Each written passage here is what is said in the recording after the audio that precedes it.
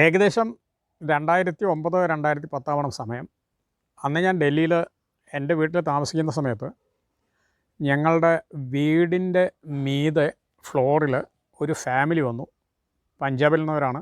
26 വയസ്സ് 24 വയസ്സ് പ്രായമുള്ള ദമ്പതികളാണ്. അവർ താമസിക്കാനെത്തി. അവർ സാധാരണയായിട്ട് അവിടെ വന്നു കഴിഞ്ഞാൽ ഞങ്ങൾ പരസ്പരം എല്ലാവരുമായിട്ടും കോൺടാക്റ്റ് ചെയ്യാറുണ്ട്, പുതിയ ആൾക്കാരൊക്കെ വന്നു കഴിഞ്ഞാൽ. പക്ഷേ ഇവർക്ക് ആരായിട്ടും ഒരു കോൺടാക്റ്റും ഇല്ല. ഇടയ്ക്ക് അയാളുടെ മിസ്സീസ് വരാറുണ്ട്, നമസ്തേ അങ്കിൾ എന്ന് പറഞ്ഞ് പോകാറുണ്ട് ചില സമയങ്ങളിൽ, താഴത്തെ ഇറങ്ങുന്ന സമയത്ത്, കാണുന്ന സമയത്ത്. പക്ഷേ ഇയാൾ വന്ന ആൾ വളരെ ഗൗരവത്തിലാണ്. ആരോടും കാര്യമായിട്ട് സംസാരിക്കില്ല. പെട്ടെന്ന് വീട്ടിൽ നിന്ന് പോവും. അവിടെ നിന്ന് പോയി ഒരു 3 മണി 3:30 തിരിച്ചെത്തും.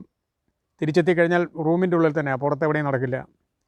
അപ്പോൾ അങ്ങനെയായിട്ട് ഏകദേശം ഒരു 5-6 മാസം അവർ അങ്ങനെ തന്നെയായിരുന്നു. അപ്പോൾ ഒരു ദിവസം അയാളുടെ ഭാര്യ എന്നോട് വന്ന് പറഞ്ഞു, അങ്കിൾജി ചെറിയൊരു പ്രശ്നമുണ്ട്. ഞാൻ ചോദിച്ചു എന്താ കാര്യം? ഞങ്ങൾ ചീറ്റിംഗ് ചെയ്യപ്പെട്ടു തോന്നുന്നുണ്ട് എന്ന് പറഞ്ഞു. അതെന്താ കാര്യം? അപ്പോൾ പറഞ്ഞു, ഞങ്ങൾ ജോലിക്ക് വേണ്ടിയിട്ട് ഇവിടെ വന്നതാണ്. അപ്പോൾ കേന്ദ്ര സർക്കാരിൻ്റെ CBI വിജിലൻസ് ഡിപ്പാർട്ട്മെൻറ്റിൽ ഞങ്ങൾക്കൊരാൾ ഓഫർ തന്നിരുന്നു. അങ്ങനെയാണ് ഞങ്ങളിവിടെ എത്തിയത്. ഇന്നേവരെ ഒന്നും കണ്ടിട്ടില്ല. ആരെങ്കിലും പരിചയക്കാരുണ്ടോ ഇത്തരത്തിൽ ചോദിച്ചു എന്നോട്. അപ്പോൾ അന്ന് കുറച്ച് ഗവൺമെൻറ് സ്റ്റാഫുകളും ഡൽഹിയിൽ കുറേ ആളുകളൊക്കെ ആയിട്ട് എനിക്ക് ബന്ധമുള്ള സമയമാണ്. അത് മനസ്സിലാക്കിയിട്ടാണ് അവർ ചോദിച്ചത്. അപ്പം ഞാൻ ആ കുട്ടിയോട് പറഞ്ഞു, അയാളോട് വരാൻ പറയാൻ പറഞ്ഞു. അങ്ങനെ അയാൾ വീട്ടിലെത്തി കാര്യങ്ങൾ അന്വേഷിച്ചു. അപ്പോൾ കാര്യങ്ങൾ അന്വേഷിച്ചപ്പോൾ അയാൾ പറഞ്ഞു, പഞ്ചാബിലുള്ള അയാളുടെ വീട്ടിൽ സത്സംഗ് നടക്കുകയായിരുന്നു. സത്സംഗം എന്ന് പറഞ്ഞിട്ടുണ്ടെങ്കിൽ ഭാഗവത പാരായണം, സപ്താഹം, ഭാഗവത സപ്താഹം അങ്ങനെ എന്തോ നടക്കുകയായിരുന്നു. നടക്കുന്ന സമയത്ത് ആ സമയത്ത് അതിൻ്റെ 4-ാമത്തെ 5-ാമത്തെ ദിവസമായിട്ട് ഒരു ഭക്തൻ കൂറിയൊക്കെ ഇട്ടിട്ട് അവരുടെ വീട്ടിലെത്തി.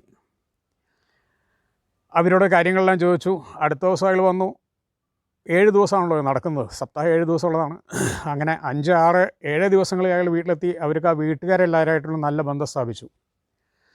എന്നിട്ട് ഇവരുടെ കാര്യങ്ങളൊക്കെ അന്വേഷിച്ചു. അപ്പോൾ അയാൾ ഗ്രാജുവേഷൻ കഴിഞ്ഞ ആളാണ്, PG കഴിഞ്ഞിട്ടുണ്ട്. മാത്രമല്ല കമ്പ്യൂട്ടറിലും വേണ്ടുള്ള നോളജ് ഉണ്ട്. അപ്പോൾ അതൊക്കെ പറഞ്ഞു. അപ്പോൾ അയാൾ ജോലി ഇല്ലാതിരിക്കുകയാണ്. അപ്പോൾ പറഞ്ഞു, തീർച്ചയായിട്ടും ഞാൻ ഡിഫൻസിൽ ചേർക്കാം, ഡിഫൻസിലോ അല്ലെങ്കിൽ CBIയിലോ ചേർക്കാം, എനിക്ക് അതിനുള്ള കഴിവുണ്ടെന്ന് പറഞ്ഞ് അവരിൽ നിന്ന് 2 ലക്ഷം രൂപ അയാൾ അപ്പോൾ വാങ്ങിച്ചു. 2 ലക്ഷം വാങ്ങിച്ചത് ആരെങ്കിലും കൊടുക്കേണ്ടി വരും, കാണേണ്ടി വരും എന്ന് പറഞ്ഞ് 2 ലക്ഷം രൂപ വാങ്ങിച്ചു. 2 ലക്ഷം രൂപ വാങ്ങിച്ചിട്ട് ഇനി ഡൽഹിയിൽ വന്ന് താമസിക്കണമെന്ന് പറഞ്ഞ് അവരെ രണ്ടുപേരും ഡൽഹിയിലേക്ക് കൊണ്ടുവന്നു. അങ്ങനെയാണ് നമ്മളുടെ വീട്ടിലെത്തുന്നത്. അപ്പോൾ അതിനുശേഷം അവിടെ എത്തിയതിന് ശേഷം വീണ്ടും 2 ലക്ഷം രൂപകൾ വാങ്ങിച്ചിട്ടുണ്ട്. 4 ലക്ഷം ടോട്ടൽ വാങ്ങിച്ചു കഴിഞ്ഞു. അപ്പോൾ ഇയാളുടെ കയ്യിൽ AK ആൻ്റണിയുടെ, അന്ന് AK ആൻ്റണിയാണ് ഡിഫൻസ് മിനിസ്റ്റർ, AK ആൻ്റണിയുടെ ലെറ്റർ ഹെഡിലാണ് ഇയാളെല്ലാം കാണിച്ചു കൊടുക്കുന്നതും പറഞ്ഞു കൊടുക്കുന്നതും, കഴിവുണ്ടെന്ന് പറഞ്ഞുകൊണ്ട്. ആരാണോ ജോലി കൊടുക്കാമെന്ന് പറഞ്ഞത് വയസ്സായ ഒരാളാണ്, ഏകദേശം 55 വയസ്സോളം പ്രായമുണ്ട്. അയാളെ എല്ലാ ദിവസവും RK പുരത്തുള്ള അവിടെ ഒരു CBI ഓഫീസുണ്ട്, അവിടേക്ക് എല്ലാ ദിവസവും കൊണ്ടുപോകും. അയാളെ അവിടെ ഗ്രൗണ്ടിലെടുത്തും. ഇയാൾ അതിൻ്റെ ഉള്ളിലേക്ക് കയറിപ്പോവും. കുറച്ച് കഴിഞ്ഞ് അയാൾ ഇറങ്ങി വരും. ഇങ്ങനെ കുറച്ച് കാലം അവർക്ക് വിശ്വാസം ഉണ്ടാക്കാൻ വേണ്ടി ഇങ്ങനെ ചെയ്തുകൊണ്ട് പിന്നെയും അയാൾ പൈസ വാങ്ങിച്ചു. ഏകദേശം 5 ലക്ഷം രൂപയോളമായി. എന്നിട്ടും ജോലിയാവുന്ന കാണാനില്ല. ഏകദേശം 5, 6, 7 മാസമായി ജോലിയാവുന്നില്ല. CBI അല്ലെങ്കിൽ വിജിലൻസ് എന്തെങ്കിലുമൊക്കെ ആണെങ്കിൽ ട്രെയിനിങ് ഒക്കെ വരും. ഫിസിക്കലി ഇയാൾ ഫിറ്റല്ല ഡിഫൻസ് സർവീസിലേക്കൊന്നും. കണ്ടപ്പോൾ എനിക്ക് തോന്നി. അപ്പോൾ എനിക്ക് മനസ്സിലായത് ഏതായാലും ചീറ്റിംഗ് ആണ്. അപ്പോൾ ഞാൻ വേഗം ഇതിനുള്ള എല്ലാ കാര്യങ്ങളും വ്യക്തമായി അന്വേഷിച്ചപ്പോൾ ഇങ്ങനെയൊക്കെയാണ് പ്രശ്നങ്ങളെന്ന് പറഞ്ഞു. അയാളുടെ കാര്യങ്ങൾ ചോദിച്ചു. അയാളുടെ ഫോട്ടോ ഉണ്ടോ ചോദിച്ചു. അപ്പോൾ ഫോട്ടോ ഉണ്ട്, ഫോട്ടോ കാണിച്ചു തന്നു. അപ്പോൾ ഞങ്ങളിത് വേഗം ഈ കാര്യം ഞാൻ വേഗം എൻ്റെ അടുത്ത സുഹൃത്തുക്കളോടും, അതുപോലെ തന്നെ അന്ന് നമ്മളുടെ റേഷണലിസ്റ്റിൻ്റെ നിരീശ്വരവാദികളുടെ ആളായുള്ള സനൽ ഇടപെടൽ അവിടെ ഉണ്ട്. അപ്പോൾ ഞങ്ങളുടെ ഇടയ്ക്കിടയ്ക്ക് കാണാറുണ്ട്. അദ്ദേഹത്തിൻ്റെ ഒരു ന്യൂസ് ചാനലൊക്കെ ആയിട്ടോ ഇതാണ് വലിയ കോൺടാക്റ്റൊക്കെ ഉണ്ട്. അദ്ദേഹത്തിൻ്റെ മകളോട്ടോ ന്യൂസ് ചാനലിലോട്ട് വർക്ക് ചെയ്യുന്നുണ്ട് ആ സമയത്ത്. അപ്പോൾ അങ്ങനെ കണ്ട് ഞങ്ങൾ സംസാരിച്ചു. പിന്നെ അതേപോലെ തന്നെ കുറേ ആളുകളായി സംസാരിച്ച് കഴിഞ്ഞപ്പോൾ നമ്മൾക്കത് റിലീസ് ചെയ്യേണ്ട ഈ കാര്യങ്ങൾ ന്യൂസിലൊന്നും കൊടുക്കേണ്ട സമയമായിട്ടില്ല, നമുക്ക് ഉള്ളിൽ കൂടെ ചെയ്യാം എന്ന് പറഞ്ഞുകൊണ്ട് ഇതിന് വേണ്ടത്ത രീതിയിൽ ഞങ്ങൾ ഇയാൾക്കെതിരെ എല്ലാ റിപ്പോർട്ടുകളും ഞങ്ങൾ രഹസ്യമായിട്ട് കൊടുത്തു. ഉദ്യോഗസ്ഥന്മാർക്ക് രഹസ്യമായി കൊടുത്ത് ഇയാളോട് പറഞ്ഞു, ഇത് കിട്ടില്ല, ഇത് ചീറ്റിംഗ് ആണ്, ഇനി ഇതിന് വേണ്ടി നിൽക്കേണ്ടതെന്ന് പറഞ്ഞു. അങ്ങനെ കുറച്ച് ദിവസത്തിനുള്ളിൽ, ഏകദേശം ഒരു 3 മാസത്തിനുള്ളിൽ ഇയാൾ അറസ്റ്റ് ചെയ്യപ്പെട്ടു.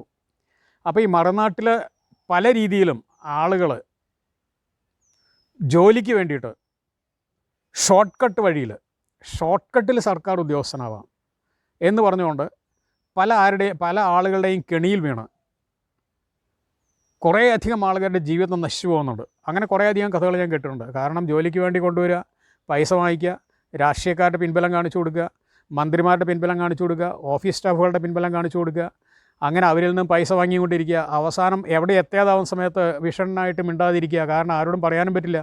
കാരണം ഞാൻ പൈസ കൊടുത്തു എന്നോ അല്ലെങ്കിൽ എന്നെ ചീറ്റിങ് ചെയ്യപ്പെട്ടു എന്നോ എങ്ങനെയോ എന്നോട് പറഞ്ഞതുകൊണ്ട് ഈ കാര്യം വളരെ ഭംഗിയായിട്ട് സോൾവ് ചെയ്യാൻ കഴിഞ്ഞു. മാത്രമല്ല ഇയാൾക്ക് പൈസ തിരിച്ച് കിട്ടിയതൊന്നുമില്ല. കാരണം അതെല്ലാം അയാൾ ചിലവായി കഴിഞ്ഞിരിക്കുന്നു.